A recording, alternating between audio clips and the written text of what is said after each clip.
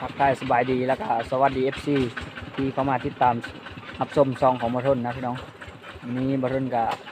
ได้เข้ามาป้ามากับ3 คนวันนี้มากับทีมงานใหม่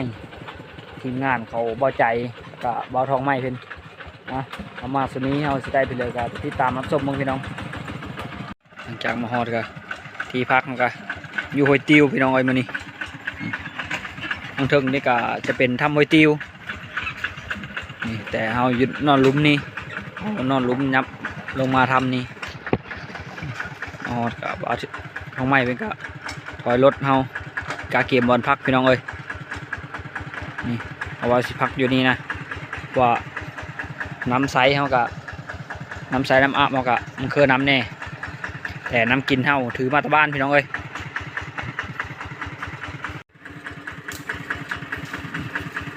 เป็นทางเป็นเสียถอยรถเฮานี่นี่หลังจากมาฮอดก็สิได้พาเดียวไปหาเสื้อเบ็ดพี่น้องเอ้ยนี่เบ็ดกับบ่อทองไม้เพิ่นเอาเบ็ดมาแต่ค่อยนี้ไม่ได้เอาเพิ่นมาพี่น้องเอ้ยกลับก็ลืมโคมก็ลืมเครื่องมือก็มีคู่แน่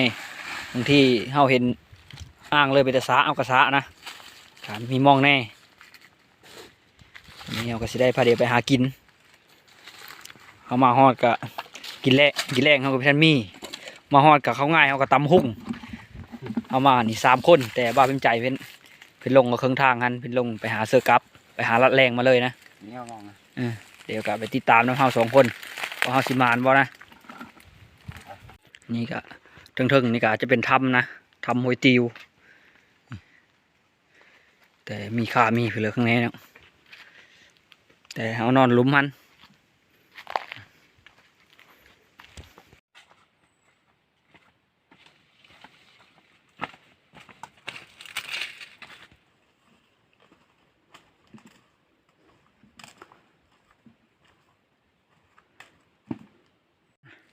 มาฮอดกะวังนี้กะบ่อทองไม้เป็นว่าศีรษะหนองนี่นะว่าเฮาเห็นป่าแถวนี้กะพอมีอยู่พี่น้องแต่เฮาก็จะซาป่าก่อนเฮาจะไปเสือเบ็ดนะแต่น้ำมันก็พอดีซะน้ำมันมีหลายไปเลยนะแห้งเลยแต่เฮาก็พาเดี๋ยวซะวางนี้ก่อนเดี๋ยวเขาไม้ไปซะก่อน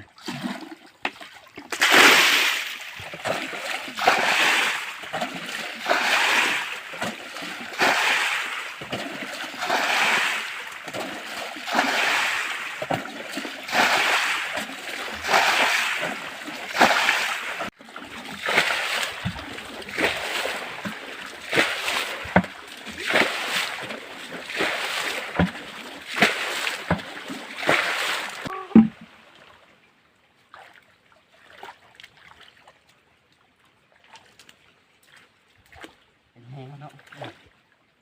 ฝากนี่ทำไมไป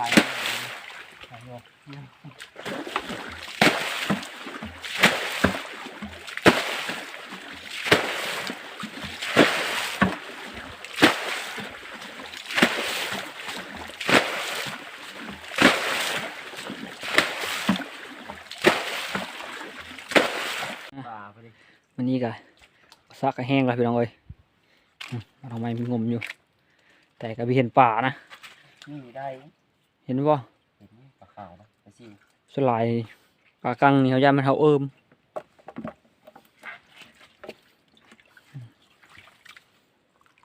เดี๋ยวค่อยงมก่อน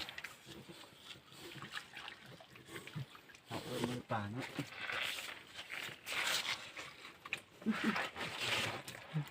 ปลาเพิ่งปลาเพิ่งจะเด็ดมันตัวกัง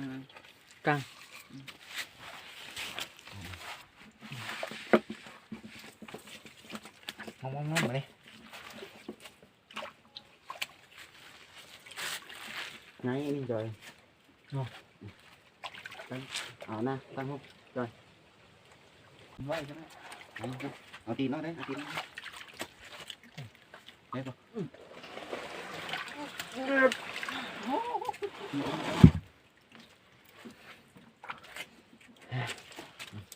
มีได้ปลาพี่น้อยปลาไปไหนกลาง ตั้งน้อยนะ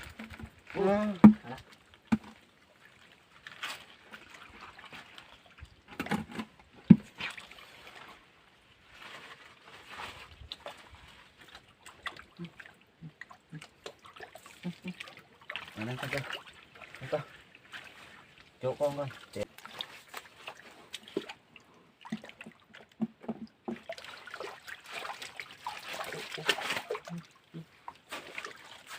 ทำอิฐนะซะเอาไปเห็นป่านะมันสนเนาะสนบุตร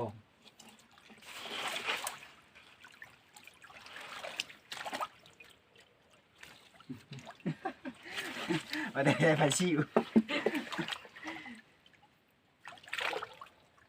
งุ้มลิ้น ไม่ได้อีมันโน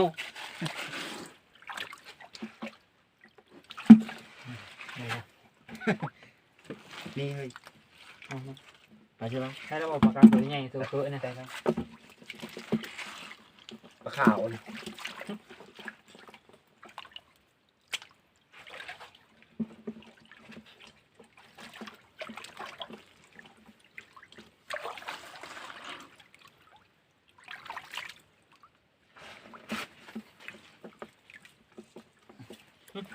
มีแต่ปลากังเลย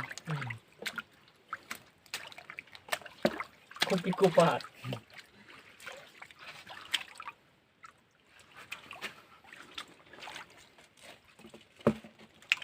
กัง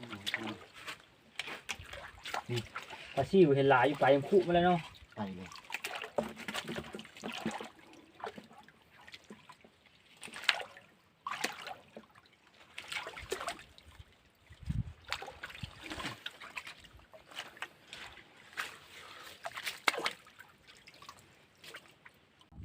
เอาไม่เป็นเห็น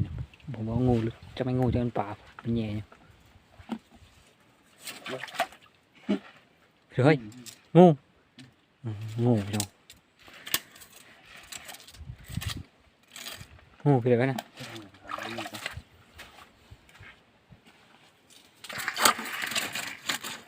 แต่เราก็อยู่ไกลไว้เราไปจับงูพี่เลยนะป่าอยู่ในถ้ำเนี่ย นี่ เดี๋ยวทำได้มันพี่น้องเลย นี่นี่ เอาก็มันมืดมันไม่เห็นไง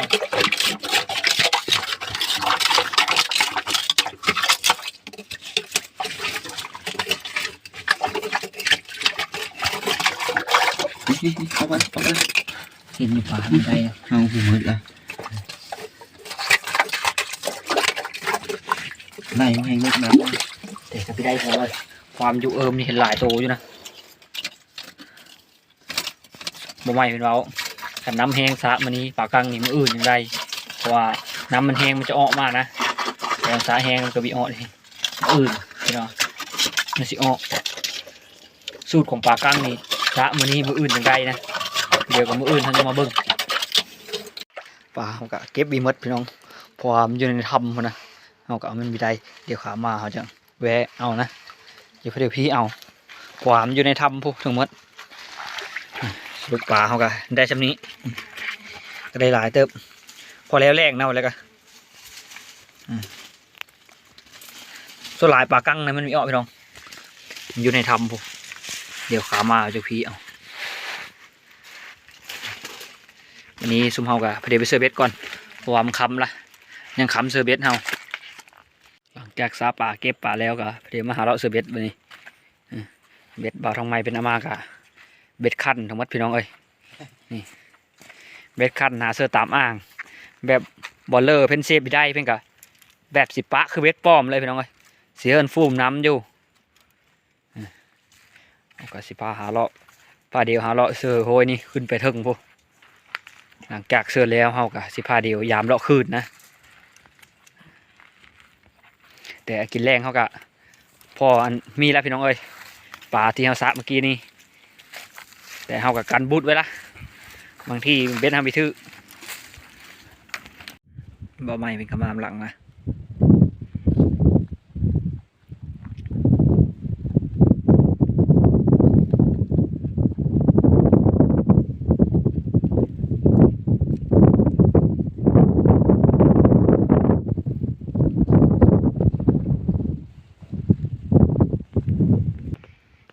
อนนี้เวลาค่ะ4 โมงแล้วพี่น้อง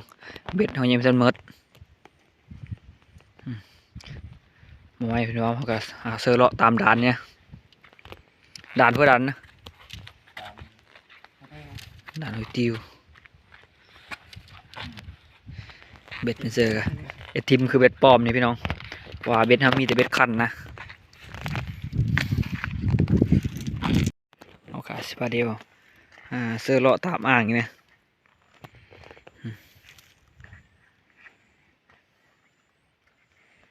ชวนเอาไม้เป็นไฟฟ้านะคอยไฟฟ้านี่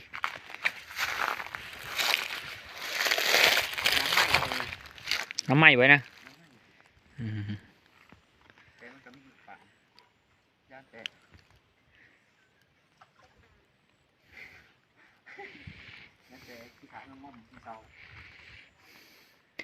แบบเซอร์เบสใส่สูตรมือเสาได้ลงงมเลยนะเพราะว่าเบสทำมีป้อมมาหอดแถวนี้อยู่ด่านมันก็สูงอยู่สูงแน่วันนี้บรรยากาศดีขนาดพี่น้อง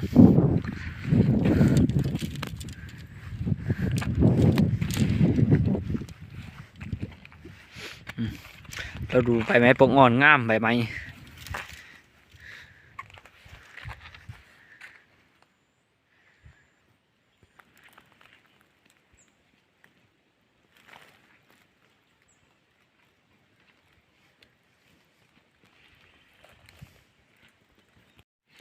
ขึ้นมาหอกลางด่านบรรยากาศป้าสดชื่นพี่น้องดีลมพัดเย็นสวยสวย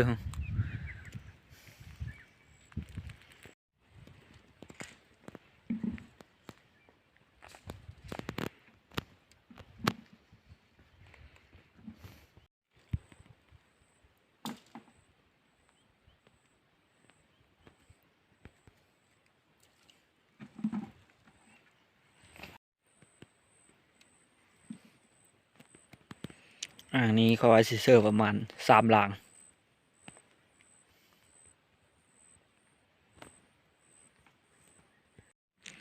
เขาจะหาเซอร์ตามอ่างพี่น้อง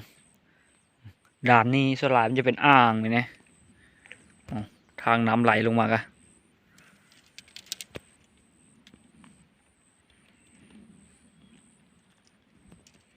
ก็ยังเวลาไปเลยยังประมาณอยู่20 หลังว่าทำไมไปกันยังประมาณ10 หลังนี่แหละพี่น้อง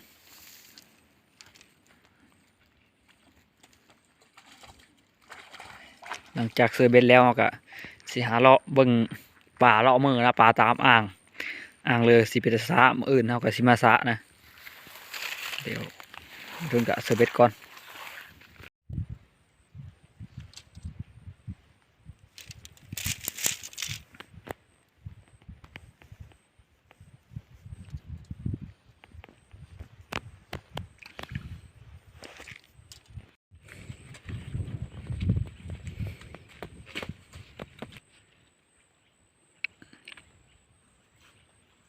อ่างนี้ค่อยเชื่อ4 หลังนะ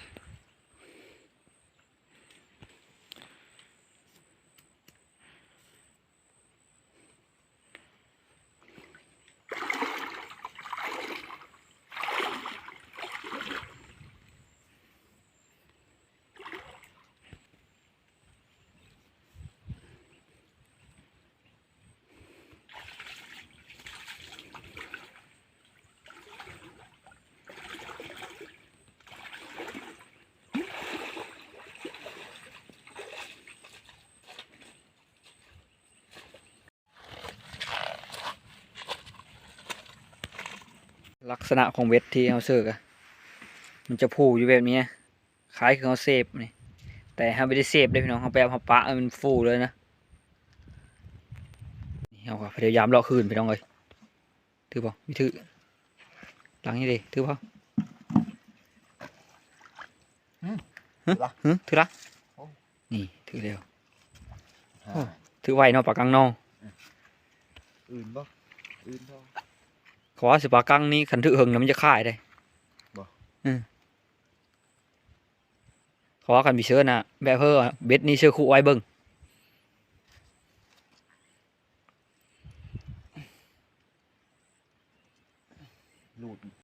เดี๋ยวไม่เป็นยามหลังนี้เคยเห็นถึงอยู่ปะถึงใส่ถือถือแล้ว ปล่าถือไหวปลากังเนี่ยพยายามลบคืนกันได้3-4ตัวละ ผู้เชื่อกับมานแน่ อืม มาผลมานมาเล็กน้อย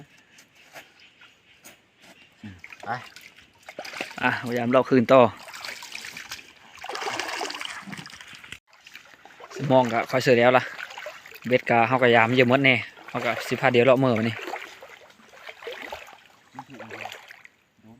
ถือพ่อถืออีเด้พี่น้องเอ้ยอ๋อมานได้ปากกังไงเพราะว่าเอาเสือแล้วก็เลาะคืนนี่ก็ได้หลายตัวเติบแล้วพี่น้องแม้นเฮาฮอดจะได้ฮอด10 ตัวแล้วนะ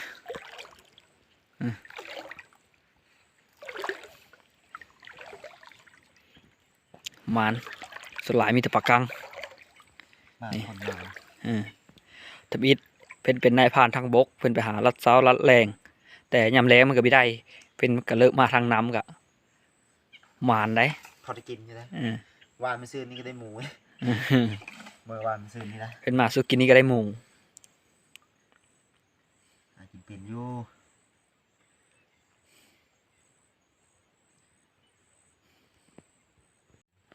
หลังนี้คือถือเลยน้องเอ้ยแกลงพูดละ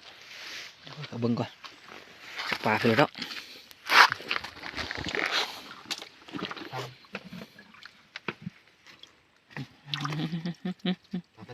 ปลาซิว ไปซิ่วกระทือ ปลาซิวกระทือเนี่ยปลาซิวเข้า ซิ่วง่าย เยอะเขากะเคสกับมดละเอาปลาซิวน้อยเชื่อนะ เขวดตัวนี้ เขวดบ่ โอเค เมื่อไรยังไปหาการเขวดมาเสียเบ็ดทีมเชื่อนี่บ่ สบายเบ็ดนะครับเบ็ดคันทิมคือเบ็ดปลอมเลย ใส่เบ็ดแบบชิว เอามาหอดบอลหอดสาปลากะปลากะไม่ได้พี่น้องเอ้ยเพราะว่ามันอยู่ทำนี่มันมีออกมาเลยนะเดี๋ยวเขากะมือบอลก่อนนี่เอาไปกินเลิกะเดี๋ยวมือติดตามมึงอยู่บอลพี่น้องแล้วกะมือลุ้นเบิ่งเบาใจเพื่อนแน่เป็นมาเป็นอะไรไปเลย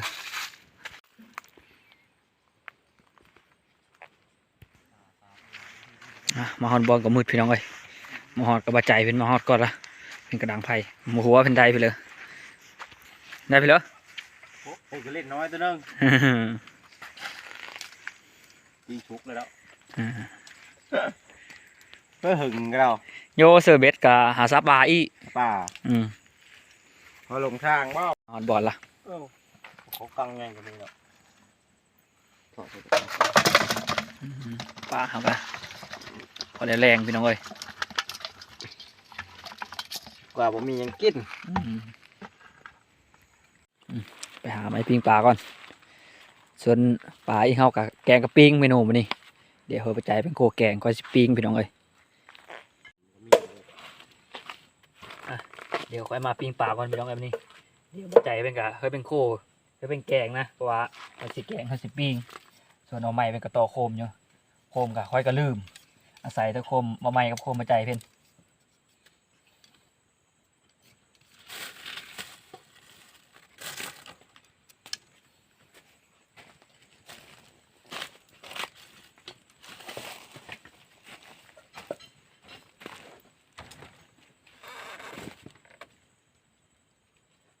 แจ้งจะเวทเดินแจ้งกันเลยยาวเข้ามือนึงเลยเนาะบ้าขยินนี่ เขากินข้าวเย็นนี่ ขยินลายอยู่ว่านึ่งขยินตรงนั้นอุ่นไปกะเหี่ยวเลย ปลาเอากระปิงละมองอะใจไปตำแจวอยู่เป็นทานน้ำเดือดก่อนเสื้อปลานะ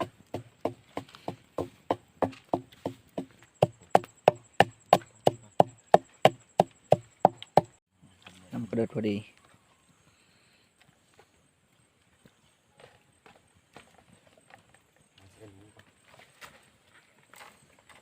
แกงเขาก็ซุกพี่น้องเอ้ยปลาปิ้งปลากระซุกอาหารพร้อมเสิร์ฟวันนี้เขาก็สิได้พอดีเป็นข้าวแรง หอมขนาดนั้น โอ้ยหอมทุนทวนโลด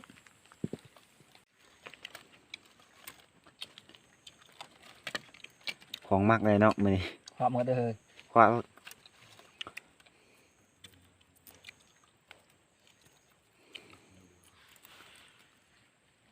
จะกินข้าวก็ตามเคยพี่น้องเลยนี่อาหารแรงกันกินข้าวแรงเดียวบัดนี่ ผูสภาผูกวาน ดูดปากคัก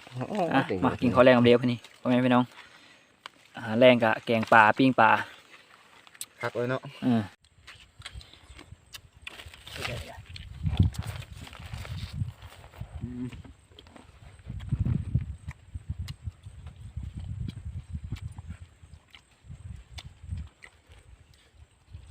กูให้เนี่ยท่านชุกดีบอก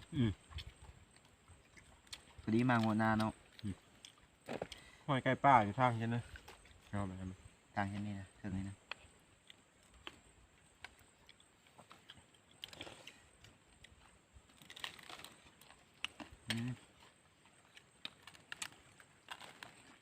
ก็เอามาป้าจอย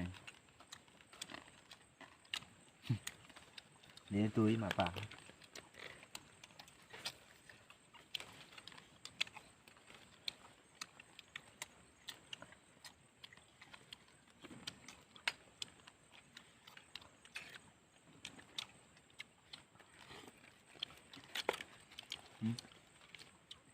มาตะเก้ารัดเสารัดแหลกเนาะ